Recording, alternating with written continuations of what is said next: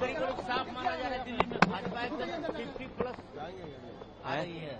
आएगी, आगे दिखाया जा रहा है सर। आगे दिखाया जा रहा है, नहीं आगे है और आगे रहेगा। हाँ सर आपको नहीं लगता है कि फिर कांग्रेस ईवीएम रोना रोएगी? निश्चित, वो तो पहले ही से कह रहा है लोग, वो कल ही से वो लोग रोना रो रहा है कि ईवीएम में गड़बड़ी है, वोटर लिस्ट में गड़बड़ी है, कितना दिन में वोटर लिस्ट बहुत काफी बढ़ा दिया, तो उन लोग तो इस तरह का बहाना करके करे क्या? राहुल गांधी को कुछ सलाह देंगे? कहेंगे कि कम से कम सोच समझ के बात करें, मैच्योरिटी लावें। अब जवान हो रहे हैं, अब बच्चे नहीं हैं। किनकी सरकार बनेगी सर? दिल्ली में किनकी सरकार बनेगी? भाजपा की सरकार बनेगी, भाजपा की। अच्छा, तेजस्वी यादव को लेकर लालू प्रधानमंत्री जी के नेतृत्व में भारतीय जनता पार्टी की सरकार बनने जा रही है। जो आम आदमी पार्टी और कांग्रेस पार्टी ने दिल्ली का सत्यानाश किया था, प्रधानमंत्री जी के विश्वास में पूर्ण रूप से दिल्ली की जनता खड़े होकर आशीर्वाद प्रदान किया है और अब थोड़े घंटे वेट कर लीजिए, पूर्ण नतीजा निकलेगा। अब समय आ गया है कि आप जाइए। नजर आ रही है, क्या लगता है क्या परिणाम होने वाला है चुनाव का? देखिए, चाहे मिल्कीपुर विधानसभा का उपचुनाव हो, चाहे दिल्ली विधानसभा का चुनाव हो, ये चुनाव जनता बनाम विपक्ष था। क्योंकि जनता पूरी तरीके से चाहे दिल्ली में केजरीवाल सरकार से परेशान हो गई हो या समाजवादी पार्टी से उत्तर प्रदेश में परेशान हो गई हो, जिस तरीके से उत्तर प्रदेश की समाजवादी पार्टी ने और दिल्ली की आम आदमी पार्टी ने जनता के भावनाओं के साथ खिलवाड़ किया, जनता के विकास के साथ खिलवाड़ किया, जनता के जो मतों का विश्वास था उसके साथ खिलवाड़ किया, ये कहीं से भी एक्सेप्टेबल नहीं है। बीते 10 सालों में जिस तरीके से दिल्ली की जनता को गुमराह करने का काम आम आदमी पार्टी ने किया है, दिल्ली की जनता ने जिस उम्मीद से आम आदमी पार्टी को अपना वोट, बहुमूल्य वोट दिया, लेकिन पूरी तरीके से आम आदमी पार्टी, अरविंद केजरीवाल जी का जो कार्यकाल था वो अपना शीश महल बनाने में और उनके मंत्रियों का जो कार्यकाल था वो केवल और केवल भ्रष्टाचार को समर्पित आम आदमी पार्टी का कार्यकाल, अब उसका समय जा चुका है। आज परिणाम के दिन है और इस परिणाम में साफ और स्पष्ट जाहिर हो जाएगा कि जनता ने भारतीय जनता पार्टी को गले से लगाया है, अपनाया है। मिल्कीपुर विधानसभा के उपचुनाव में भी जिस तरीके से नतीजे आगे बढ़ रहे हैं, ये साफ और स्पष्ट बताता है कि वहां भी इस बार ऐतिहासिक जीत भारतीय जनता पार्टी हासिल करने जा रही है। क्या लगता है कलेक्टिवली रिगिंग को आरोप लगाता है कि पहले रिगिंग का आरोप है, चुनाव आयोग पे आरोप, क्या लग रहा है ये आरोप जो लग रहे हैं? देखिए, दिल्ली में केवल आम आदमी पार्टी, अरविंद केजरीवाल जी का केवल एक स्टाइल है कि आरोप मढ़ो और पीछे भाग जाओ। उस आरोप को साबित करने के लिए आपके पास क्या तथ्य हैं, क्या आपके पास में भी आरोप लगे हैं। और देखिए, समाजवादी पार्टी, देखिए चाहे आम आदमी पार्टी हो चाहे समाजवादी पार्टी हो, इनको जब जब दिखता है कि ये हारने वाले हैं तो ये आरोप कभी ईवीएम पे, कभी इलेक्शन कमीशन पे, कभी प्रशासन पे ये आरोप मरते हैं। तो अब जनता जान चुकी है कि केवल और केवल इनका शगुफा है और कुछ नहीं है। आम आदमी पार्टी चाहे समाजवादी पार्टी, अगर भारतीय जनता पार्टी पे जनता ने विश्वास जताया है तो भारतीय जनता पार्टी के ऊपर विश्वास जताने के पीछे जो जनता का मंशा है वो ये है कि भारतीय जनता पार्टी ही गुड गवर्नेंस के साथ विकास को सुनिश्चित करने वाली पार्टी है। और समाजवादी पार्टी चाहे आम आदमी पार्टी को अपनी हार स्वीकार करनी चाहिए और जो हाल समाजवादी पार्टी का उत्तर प्रदेश में रहा है वही हाल अब इस आम आदमी पार्टी का दिल्ली चुनाव में भी होने वाला है। पहले उत्तर प्रदेश की मिल्कीपुर विधानसभा सीट के उपचुनाव, जहां पर की पहले राउंड से ही लगातार बीजेपी बढ़त बनाए हुए है। देखिए, प्रभु राम की कृपा है कि उन्होंने जो कृपा बरसाई है, हमारे कार्यकर्ताओं की मेहनत, योगी जी का कुशल शासन और माननीय मोदी जी का मार्गदर्शन, ये मिल्कीपुर का जो सकारात्मक रिजल्ट है वो इस बात का प्रतीक है कि समाजवादी पार्टी का जो अहंकार लोकसभा का था वो बुरी तरीके से टूट रहा है और वो एक चांस रहा होगा जिसमें अफवाहों के कारण तमाम क्षेत्र प्रभावित हुए थे। अब मिल्कीपुर ने जो वास्तविक कार्य है राम राज्य स्थापित करने का बीजेपी का, उसको स्वीकार किया है और मैं समझता हूं कि समाजवादी पार्टी को बजाय वो कफन लाना और ये लाना, इसके हार को प्यार से लोकतांत्रिक परंपराओं के अनुसार स्वीकार करनी चाहिए और अपनी गलतियों का पुनर्अवलोकन करना चाहिए। और आप देखें, दिल्ली में अहंकार टूटा नहीं टूटा। दिल्ली में जैसे हमारे वहां उत्तर प्रदेश में तो लोग तख्ती लगाते थे जब कहीं से अपराध करने के बाद वापस आते थे कि अब योगी बाबा माफ करो। उनका दिल्ली में मैंने 3 नेताओं को देखा, कि वो तख्ती लगाए थे और उसमें कहा था दिल्ली की जनता मुझे माफ करो, मैं आपका गंदा कीचड़ वाला पानी आपको साफ नहीं दे पाया, आपका यमुना जी साफ नहीं कर पाया, आपकी सड़क नहीं बना पाया, आपका कूड़ा नहीं हटा पाया, अब की मुझे फिर माफ कर दो। तो इस प्रकार की चालबाजियां अब जनता पसंद नहीं करती है। उन्होंने कहा था कि मैं 5 साल पहले कहा था कि मैं डुबकी लगाऊंगा, इतनी साफ कर दूंगा।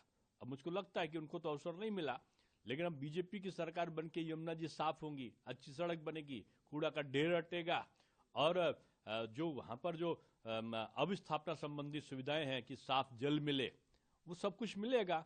और यमुना जी जब साफ होंगी तो आदरणीय केजरीवाल जी के पास अवसर होगा कि अपने समय में तो डुबकी नहीं लगा पाए, लेकिन बीजेपी के समय में वो जाके डुबकी लगाकर इस चीज का पश्चाताप कर ले कि जनता से जो वादा है वो झूठा नहीं करना है। मोदी जी की तरह वायदा नहीं, संकल्प करना चाहिए और संकल्प को पूरा करने के लिए जो भी संकल्प लिया था बीजेपी ने, चाहे वो लोकसभा में लिया हो, चाहे उत्तर प्रदेश की विधानसभा में लिया हो, चुन चुन कर, जिसको बोलते हैं कि धारा 370 था तो अमित शाह जी ने 1, 2, 3 किया और धारा 370 समाप्त, राम मंदिर का निर्माण पूरा। तो ये उस तरीके से जवाबदेही पार्टी बनना चाहिए और मैं समझता हूं ये सबक है विपक्ष के लिए। हालांकि अब विपक्ष तो हिंदी जो था उसमें तो भिंडी बन गया और पता चला कि वो सब खो गए थे।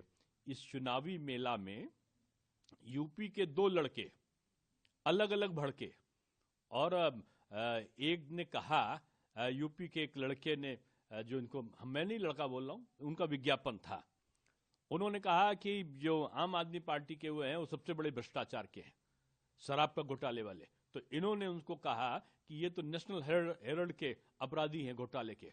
तो जब जानते हो कि एक दूसरे का घोटाला है तो इन घोटालों का तालमेल लोकसभा में क्यों हुआ था? जनता ने ये प्रश्न किया है और हार इसी सब कुटिल नीतियों के कारण, इनके जो गलत बयानी के कारण इनकी हार हो रही है। और मैं समझता हूं कि ये एक भारत की राजनीति का वो परिदृश्य है जो, ये दिल्ली का चुनाव नहीं है, ये भारत की राजनीति के परिवर्तन का चुनाव है। अब आप ये देखिएगा, अभी ये चिल्लाएंगे, 3 चीज करेंगे। अभी ये ईवीएम और प्रशासन को लेकर चिल्लाएंगे, ये एक दूसरे को चिल्लाएंगे और तीसरी बार फिर ये सब आपस में मिलने के लिए फिर दौड़ने लगेंगे। अब की पहले यूपीए बनाया, फिर इंडी गठबंधन बनाया, अब की और गठबंधन बनाने के लिए फिर दौड़ेंगे। अब ये चाहे जितना दौड़े, ये मोदी युग है और मोदी युग में काम करना पड़ेगा। जनता का विश्वास, एक जो संकल्प है उसको पूरा करने के साथ ही करना होगा।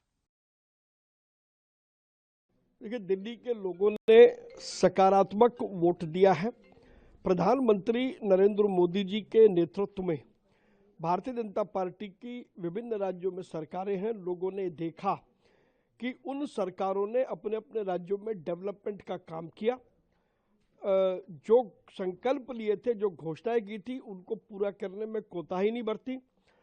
और दूसरी तरफ अरविंद केजरीवाल, जिन्होंने 10 साल दिल्ली को मूर्ख बनाने के अलावा दूसरा कोई काम नहीं किया, दिल्ली की जनता ने दोनों में तुलना की और अपना मत और अपना समर्थन प्रधानमंत्री नरेंद्र मोदी जी को दिया, जिसके कारण से भारतीय जनता पार्टी आज दिल्ली में बड़ी सरकार बनाने जा रही है और हम सब मोदी जी के नेतृत्व में दिल्ली में विकास की नई कहानी को लिखेंगे, ऐसा विश्वास हम सबको है। हॉट सीट की ओखला में बीजेपी आगे चल रही है, पहली बार हो रहा है ओखला में, आप लोग आगे चल रहे हैं। देखिए, मुझे कोई आश्चर्य नहीं है, क्योंकि जो कर्म अरविंद केजरीवाल ने किए हैं, दिल्ली की जनता आज उनको बड़ी सजा देने जा रही है। मनीष सिसोदिया भी जंगपुरा की सीट से भी चल रहे हैं। ये सब चोर चोर मौसेरे भाई थे, मिलकर के दिल्ली को इन सब लोगों ने लूटा है, तो सजा तो सबको एक साथ भुगतनी पड़ेगी। इस सब के बीच सर, दिल्ली चुनाव के नतीजों पर जम्मू कश्मीर के मुख्यमंत्री उमर अब्दुल्ला ने एक ट्वीट करा है जिसमें उन्होंने कहा है और लड़ो आपस में, क्या कहेंगे? देखिए, बहुत साफ है, इंडी गठबंधन में ये दोनों पार्टियां एक साथ हैं। बाहर आकर के ये लड़ाई लड़ते हैं तो नूरा कुश्ती आपस में करते हैं। ये सोचते हैं कि जनता समझती नहीं है। जनता समझदार है, जनता समझती है और इसीलिए जनता ने इनको सजा दी है। आखिर 2 छोटे-छोटे सवाल, कितनी सीटें आप लोग जीतने जा रहे हैं? रुझानों में बहुमत तो मिला, लेकिन कहां तक जाएंगे आप? हम रुझानों से और अच्छा प्रदर्शन दिल्ली में करेंगे। सीएम का चेहरा सर, सवाल उठ रहा, कौन होगा सीएम? भारतीय जनता पार्टी का राष्ट्रीय नेतृत्व निश्चित रूप से किसी भी भारतीय जनता पार्टी के कार्यकर्ता को मुख्यमंत्री का दायित्व देगा। बदहाल व्यवस्था को लेकर जो क्वेश्चंस उठाए थे आप लोगों ने दिल्ली की, कहीं ना कहीं उस विषयों को लेकर जीत मिलती हुई नजर आ रही है, जिस तरह के नतीजे सामने आ रहे हैं। देखिए उसमें कुछ तो उनका भाग है, लेकिन मोटे तौर पर मेरा अपना मानना है कि प्रधानमंत्री नरेंद्र मोदी जी के प्रति लोगों में जो आस्था और विश्वास है, उसकी वजह से भाजपा को भारी बहुमत मिला है। केजरीवाल और सिसोदिया के साथ आतिशी का अपनी सीटों पे चलना एक बड़ा सेटबैक। देखिए सेटबैक नहीं, ये पार्टी नहीं थी, ये गिरोह है, अरविंद केजरीवाल का गिरोह है। आज दिल्ली में देखो, आम आदमी पार्टी पीछे चलने के पीछे 10 साल का उसका एंटी इनकम्बेंसी है। जो उन्होंने वायदे किए, उन वायदों को लेकर केजरीवाल ने सब झूठ बोला है, शुरू से आखिर तक। बार बार क्या गिनाऊं, मीडिया भी और देश भी और दिल्ली भी जानती है। कोठी नहीं लूंगा, बंगला नहीं लूंगा, पेरिस बना दूंगा दिल्ली को, यमुना साफ कर दूंगा, कुछ नहीं किया उसने। He didn't do anything. तो इसीलिए अब लोगों ने ऊब गए और 10 साल की उनके एंटी इनकम्बेंसी के कांड एक्सपोज केजरीवाल जी हो गए हैं। गोवा में, उत्तराखंड में, यूपी में, हरियाणा में बहुत पहले एक्सपोज हो गए थे। दिल्ली में भी वो एक्सपोज हो गए। 2 चांस दिल्ली के लोगों ने उनको दिए और वो दिल्ली में भी एक्सपोज हो गए। आतिशी और केजरीवाल दोनों पीछे चल रहे हैं, सर क्या कहेंगे? देखो, ये तो दिल्ली की जनता का मैंडेट है कि उन्होंने जो झूठ बोला केजरीवाल ने, उसको लोग कब तक सहन करते। आतिशी जी पीडब्ल्यूडी मंत्री रही हैं, पर नार के जीवन काल का जी के लोग जी रहे हैं, तो उन परिस्थितियों में स्वाभाविक है, मुझे लगता है लोग उनको नकारेंगे। बनाए हुए जो हमारी कालका जी के मैंडेट आगे दे रहे हैं और बदल बढ़ान, उनका मैं आभार व्यक्त करता हूं। और ये कालका जी के लोगों की बढ़त है, रमेश दुबे की बढ़त नहीं है। कालका जी के लोग खून के आंसू हुए हैं 10 साल, और 5 साल तो विशेष रूप से